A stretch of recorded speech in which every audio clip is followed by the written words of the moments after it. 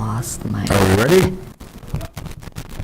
Okay, good afternoon. I want to call to order the Monday, September 14th Park and Rec Commission meeting to order. First item on our agenda is going to be, just for the record, I'm going to look for a motion and a second. Our chair and vice chair are not here to have myself as the acting chair for today. So it's in the minutes, unless anybody else would like to volunteer. So yeah, just look for a motion and a second. Motion made. Seconded. Okay, motion made and second. All in favor say aye. Aye. Opposed? Motion carried. Okay, one other item I'd like to read in is this one meeting's a little different. Public citizens can come to the meeting wearing a face mask and covering and physically distance themselves in the City Hall council chambers or watch on local New Ulm Community Access TV and NewCat. Okay, the welcome and introductions. We don't have anybody that's on call-in, correct? Correct. Okay, so we can move forward to item 3. Look for a motion to approve the agenda. I'll make a motion to approve the agenda. Second. Motion is made and second. Is there any more discussion? All in favor say aye. Aye. Opposed? Motion carries. Okay. 4.1, look for a motion to approve the August 10th, 2020 meeting minutes. I'll make a motion. Bev made the motion and, I'll second it. okay, we got a motion and a second. Any further discussion on the, all in favor say aye. Aye. Opposed? Motion carries. Okay, department activity report. Everybody, I assume, has had a chance to look at it. We're just looking for the review commissioners, and then a motion and a second to order it filed. So moved. Second. Okay, we have a motion and a second to order file the August 2020 report, activity report. All in favor say aye. Aye. Opposed? Motion carries. Okay, item 6.1, city council meetings recap, director or the assistant director or city councilor, myself. Tom, you want me to just read through it quick? Certainly, I thank can you. do that. Okay, 6.1, at the August 18th, 2020 regular approval of the final plat of the Herman Monument Edition, passed a resolution in support of the Minnesota 2020 bonding bill and inclusion of the German Park Amphitheater request of $300,000 for the shade structure. Accepted donations, authorized the Red Cross Bloodmobile to serve a beer to adult blood donors through 12/31/2021. August 18th was just a work session, and that was discussion on the 2021 proposed budget. September 1st, regular council meeting, nothing directly related to the Park and Rec. And the September 1st meeting also, the 2020 work session, more discussion on the 2021 budget and CARES Act funding and expenditures. Okay, old business, tobacco-free policy. Director Smits and Commissioner Bugler will look for you to do a little explaining. Thank you, Acting Chair Christian and members. The subcommittee that you put together at the last meeting in August of the Park and Rec Commission, we met a few weeks ago, and we have drafted a proposed policy that's in the packet. So I just wanted to, maybe Ms. Bugler can state for the record the members of that subcommittee.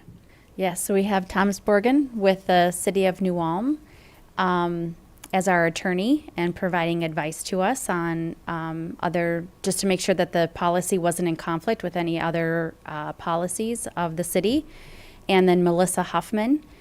She's an RN with the Brown County Public Health Department and has extensive experience in helping organizations create tobacco-free policies as well. So, and then myself and Mr. Dave Christian as well. And Tom, of course. Would you like to do a review, or I guess we open it up for questions? I'd like you just to do a little review of do you have a copy of those do. policies we reviewed so the commission knows that we looked at other cities' policies? Yes, we did look at several other city policies. All were in the state of Minnesota, from Twin Cities to smaller communities. And in the end, we ended up choosing the template that you see before you. We made very few edits to it. This came from the public health law firm out of the metro area, but serves all public health organizations across the state of Minnesota, providing advisement on different legal issues. So this is the policy that we started with as a template. Chair Christian, would you like me to go through the highlights of the policy and we open it up for questions? I think it'd be a good idea. So section 1 is covering the purpose of the policy, why we think that this is important for the city of New Ulm to consider this as a policy, primarily because we are committed to the health of our community and providing a safe environment. Tobacco use is a leading cause of preventable death and disease in the United States. The city believes tobacco use is detrimental to the public's health and has determined that prohibiting the use of tobacco products and electronic delivery devices in all city recreational areas serves to protect the public's health, safety, and welfare. So that is really the why behind the policy, why we believe that this is important. Any questions on the policy section? I'm sorry, on the purpose section? Definitions, again, this section just describes when we use a term throughout the policy, what that term means. The most discussion was really around recreational areas. So you can see there that we are encouraging the commission to consider all recreational facilities, including parks, trails, open spaces, and other property that is owned or leased, rented, contracted, used, or controlled by the city of New Ulm for parks or recreational purposes. It includes, but is not limited to, restrooms, spectator and concession areas, playgrounds, athletic fields, facility grounds, parking lots, beaches, aquatic areas, and natural areas. It describes what smoke or smoking means, what is included in tobacco products, tobacco use, and that the staff means any person appointed or employed by the city of New Ulm or PUC, except for the ones that are listed there.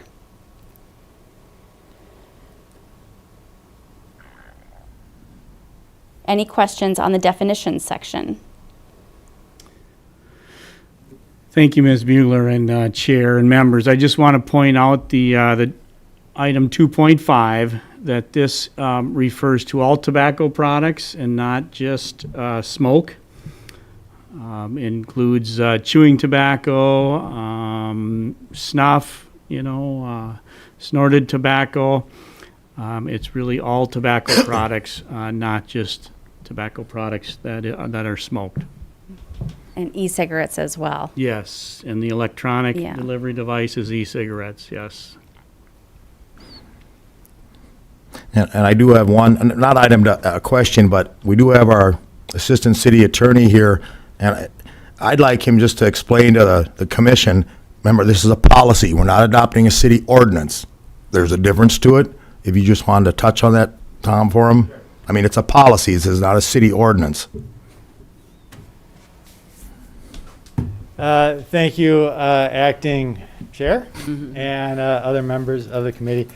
Yes, what we are asking to do is, or I'm sorry, what I believe this is asking to do is to recommend that the City Council adopt this policy for all of the park areas as defined here. Really, what the distinction is that this is not making it illegal to do it. It does not have a criminal component to it. This is just a policy. It would be enforced by pointing out to anyone we see violating it that you're not basically allowed to smoke or vape or use any of these products here on the park. And if they continue to do so, then they would be asked to leave. So there was some discussion about this at the meeting.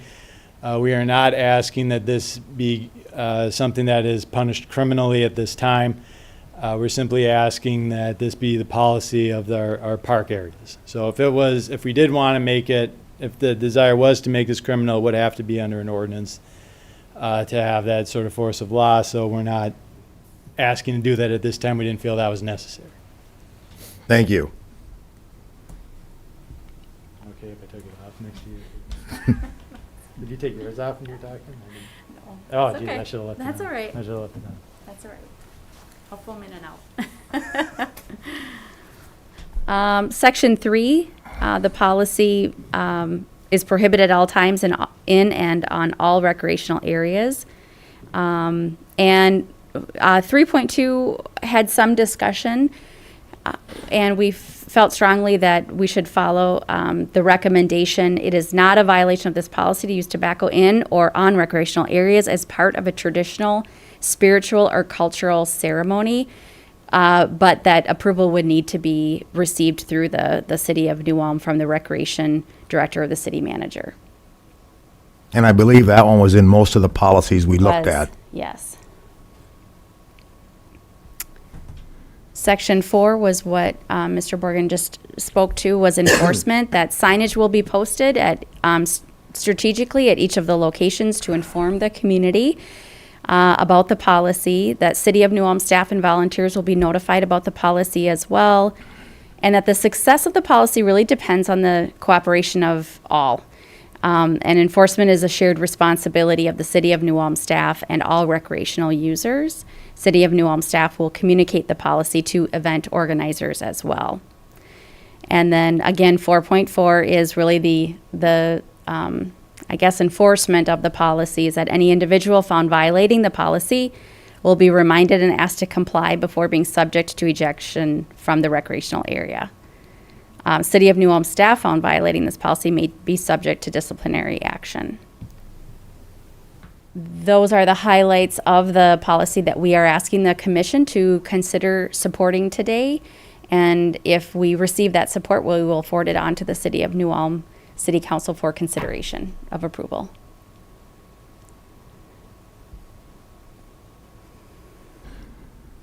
Any further questions? Yeah. With that being said, I'm looking for a motion to forward on to council. So moved. Second. Okay, we have a motion and a second. Is there any more discussion on the motion? Any more discussion? All in favor, say aye. Aye. Opposed? Motion carries. Okay, renew update. Director Schmitz. Thank you, Acting Chair Christian and members. The renew update includes the fact that Johnson Park is completed, 100% done, the improvements to the grandstand area, and we are planning to conduct, along with the mayor, a grand opening and ribbon cutting next year for spring baseball in 2021, pending the status of COVID-19. Any questions about Johnson Park? Moving on, Herman Heights Park is approximately 50% complete. A lot of the concrete, curb and gutter and sidewalks have been completed. The base course of bituminous has been laid. There will be 2 courses of bituminous blacktop pavement. We know that the walls, the retaining walls are complete. So they're really moving full speed ahead. And by next month, it will be mostly complete at our meeting a month from now. Again, the entire park is closed, including the monument, due to construction. And we anticipate a ribbon cutting open house next spring. Any questions about Herman Heights Park renewal? Next is the Recreation Center. It's approximately 10% complete. You know, the 4 big projects there, a new aquatics, all indoor projects, a new aquatic center, a playground, an expanded fitness center, and the former swimming pool is being retrofitted into a gymnastics center that will be leased to the gymnastics organization here in the community. Groundbreaking was late July. We have limited uses in the field house, so we still have the field house open for a couple of gym courts, and we've moved all of our strength and cardio machines into the field house, so there is fitness available and the racquetball courts. That will go throughout the autumn and winter, and then come the end of March, we anticipate closing the entire building and entire campus until the end of the project, which is anticipated a year from now in autumn of next year, 2021. So when we do close entirely at the end of March, we'll be moving the fitness equipment out to the Civic Center and Community Center. We will still have strength and cardio equipment, the ability to walk around one of the arena floors, next spring and summer at the Civic Center, continuing with our fitness classes and so on. We're very fortunate to have 3 major buildings for the community and region to enjoy from a recreation and fitness standpoint. So that's it. Any questions about the Recreation Center renewal? Thank you. Okay, on to 7.4. 2020, oh, excuse me, sorry about that. 7.3, 2021 fees, director and the assistant director. Thank you, Acting Chair Christian and members. No action necessary at this meeting, but we do anticipate action at our next meeting in October. You still have the documents that were provided to you a month ago, and we will be, staff will be bringing to the next meeting and actually getting out prior to the next meeting to the commissioners, our staff recommendation. There are some aspects of the fee schedule that we want to make sure everyone understands, and that is, for instance, the ice fees at the Civic Center begin July 1st and end June 30th. All of our other fees are calendar year fees. Plus, with the Recreation Center construction, we do know that there's going to be different fees at the Recreation Center for 2021 because we won't have aquatics for most of the year. So our philosophies remain the same, to keep our fees, keep up with inflation and provide a modest opportunity and based on user fees also as opposed to the general tax levy. Any questions or comments from the commission at this point in time?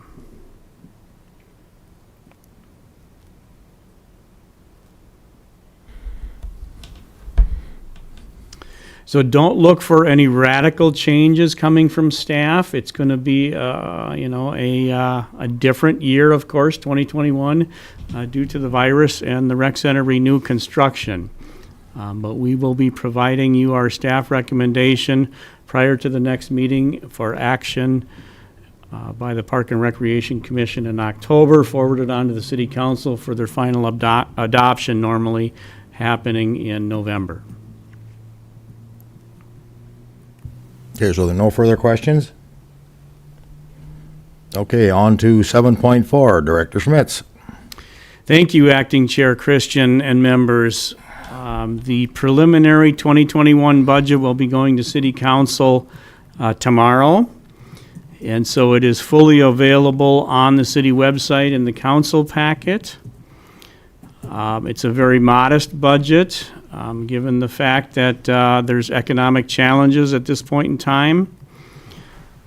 Our staff is not recommending any major construction or even mid-sized construction projects for next year in 2021. It's a very maintenance, status quo type budget, so that we can continue to operate our facilities, but not expand facilities or add facilities into the 2021 budget year.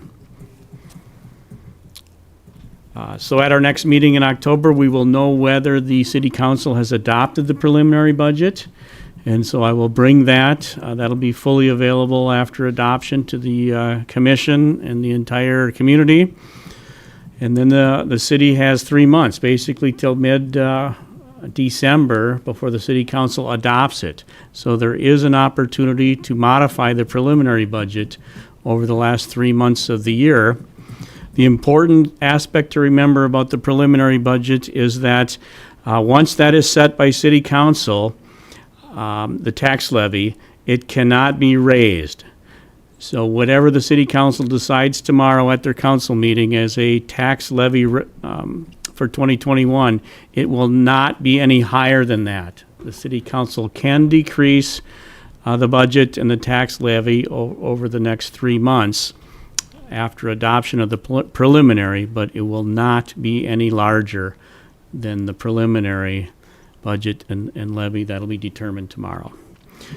So that's all I have to talk about budget-wise. You have some information and documents in the packet, but no need for any action at all by the commission today.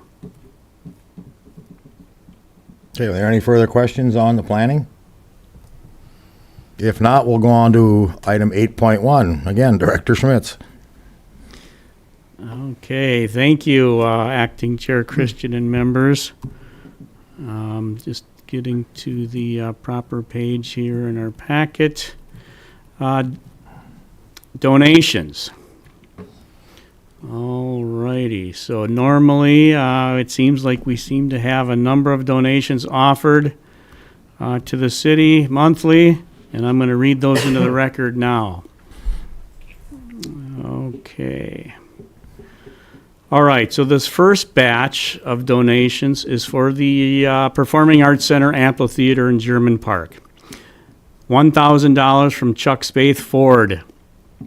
$500 honoring Vietnam veterans and fulfilling a pledge from Grady Hubbard, Lauren Hubbard, Nolan Hubbard, Victor Lombrecht, Ophelia Lombrecht.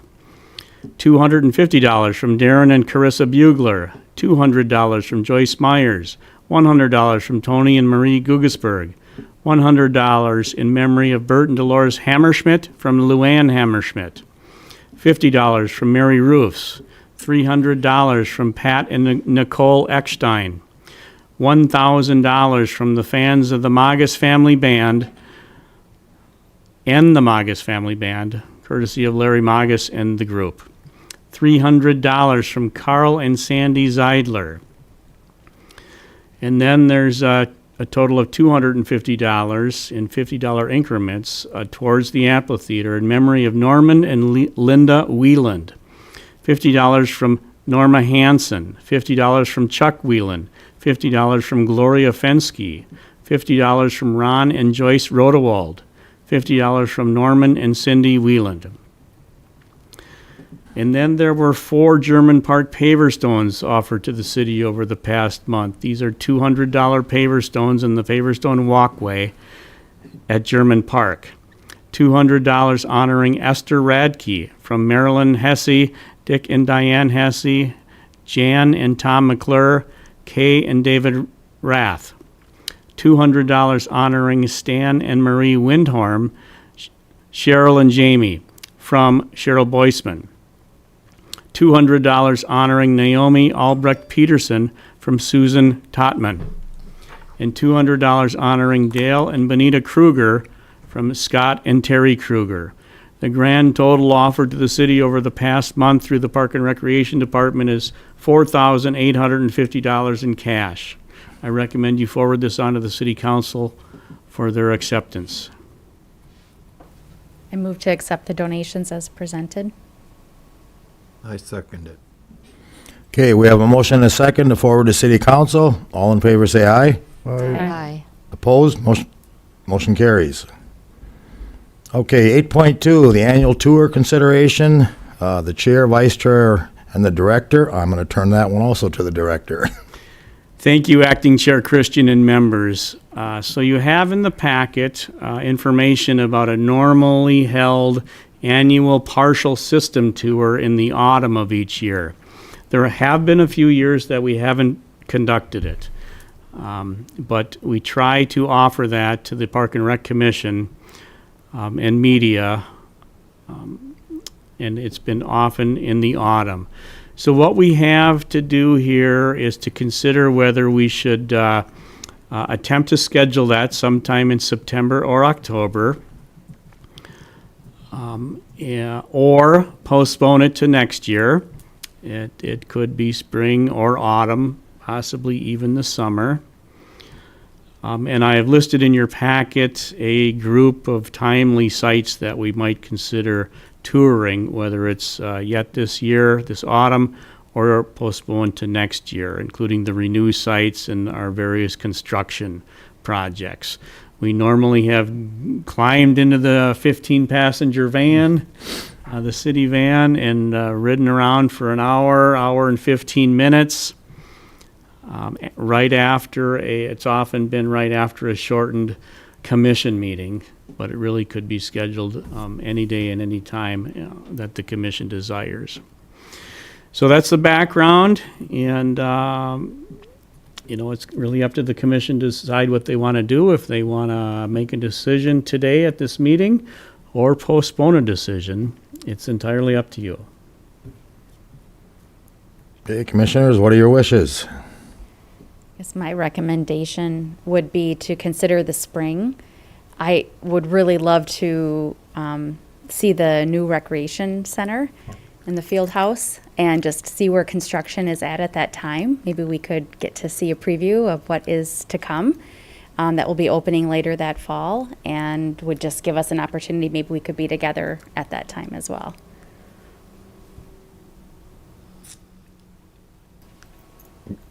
Okay, we have a motion. Do we have a second? I'll second it. Okay, we have a motion and a second to table it until spring. Is there any further discussion? All in favor say aye. Aye. Opposed? Motion carried. Staff report. Thank you, Acting Chair Christian and members. You have the last 2 pages in the packet, page 19 and 20. Some information, additional information from staff. The first category is virus-related. And if you have any questions on any of these, go ahead and blurt them out. And we'll just pause and discuss any questions you might have. Parks are open, although we are recommending the physical distancing and small gatherings. The Recreation Center, I mentioned, limited use. Civic Center, limited use. We have one, the South Arena has ice. The North Arena still has a dry floor. We're working diligently with the hockey organizations and the figure skating club to prepare protocols and plans for the winter skating season. Community Center remains closed except for small private rentals. And the Lutheran Social Services Senior Meals Program, Meals on Wheels, is being delivered. They're not doing congregate meals, dining inside the community center yet. And senior programming offered by CAST has not begun yet inside the community center. Let's see here. Other things I want to highlight. The Glockenspiel is finally 99% done. We have one figurine yet to come in from the East Coast, the Pioneer Sun. Otherwise, the digital control system is working great, replacing the original analog control system. The bells are sounding wonderful. So please get out and enjoy the Glockenspiel on a daily basis. Multiple performances a day, and hopeful plans that no more expenses will be incurred for quite some time at that facility. The amphitheater base structure is done. The trees have gone in, and sod will take place this week or next week. We are still fundraising for the shade structure and improvements to the stage area. Planning for a grand opening ribbon cutting next year also. The mayor will need a very large spool of ribbon for a half dozen major ribbon cuttings next year. The Harmon Park parking lot has finally gotten pavement and striping, so no more getting stuck in the parking lot there with soggy gravel. The Riverside Park building accessibility project is coming along. It will be completed before winter to provide accessibility into the Environmental Learning Center and an outdoor classroom event deck on the riverside of the building. I'm just going to pick out a few more highlights here, I think. Director Tom, can I Yes. ask a question? Yes, thank you. In the in progress or purchased orders, number 11, the North Park conversion of the horseshoe pits to the beanbag toss pits and yard game. Do you know when that is scheduled to be done, or is there not a time yet for that? Great question. We are going to be doing the beanbag target pits yet this autumn. Hopefully within the next couple of weeks, the concrete will get poured. We're going to keep a couple of the horseshoe pits. It's going to be a multi-generational yard game circuit to include gaga ball, bocce ball, beanbag, toss, horseshoe, and possibly even a couple of others. We probably won't be having a ribbon cutting there until next year, but we anticipate the beanbag component to be complete in the next couple of weeks. And when it's completed, is it a social media announcement or is it Yes. just a? It'll be in our press releases Okay. and social media release. There will be, we'll also be offering leagues, adult leagues, youth leagues, but it'll also be open and free for public use daily. Great question. Let's see here. We're creating a new Park and Recreation System storage building in the Johnson Park and Field Complex. So we will be finally demolishing the old storage building down by the art wall.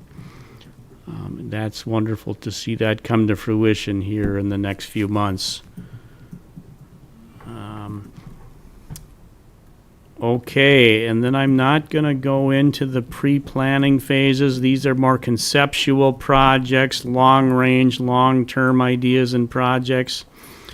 I do want to highlight the Eagle Scout. We actually normally have 1 or 2 Eagle Scout candidate projects a year. We have 3 of them in progress right now, which is kind of rare to have that many of them. But a cleanup down at the Artwall Park is taking place. And then we're anticipating some work down at Minnicon with vegetation removal and grill and table replacements.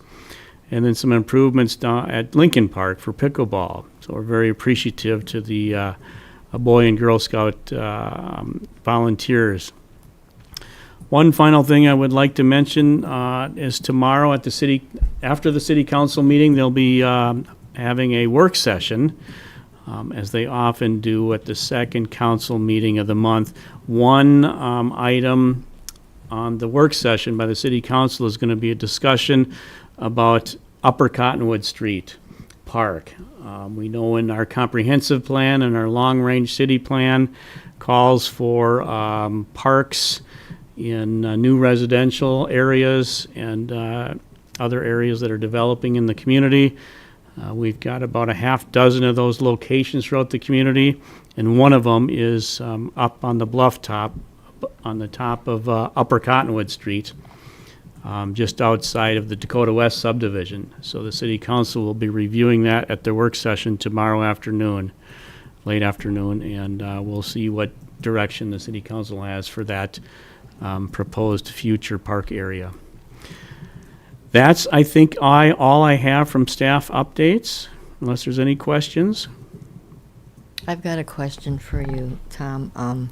In the pre-planning phase, because I live in this area, the number 11 is, how far down the road are they looking to do something at Nels Park? Because Nels Park is used, especially, the college students Yeah. are there a lot, and it is used, and it's the other parks I see are being updated, and Nels Park doesn't have any kind of shelter or anything.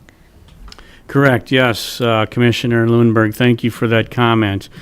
I cannot answer what year it may be. It's certainly financially related, and so it will continue to be on our agenda and our Park and Recreation Department and Commission list of appropriate future projects, but it's entirely dependent upon the budget and City Council authorization, unless there's a private fundraising effort or a private donor or donors who are willing. What the long-range plan calls for up there in Nels Park is a joint restroom and shelter building.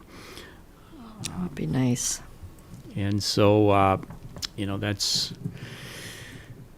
something that is going to take a fair amount of money, and so we will have to be looking at that in the future, pending our finances and the city budget and any interest that the private sector may have in moving that project forward. Thank you for the question, Thank you, Commissioner Tom. Lundberg. Director Tom, or Schmitz, just a follow-up question to Bev's question. How do you, in the pre-planning phase, clearly it's how much the renovation is going to cost, probably usage. How do you determine how you prioritize? This is a quite extensive list.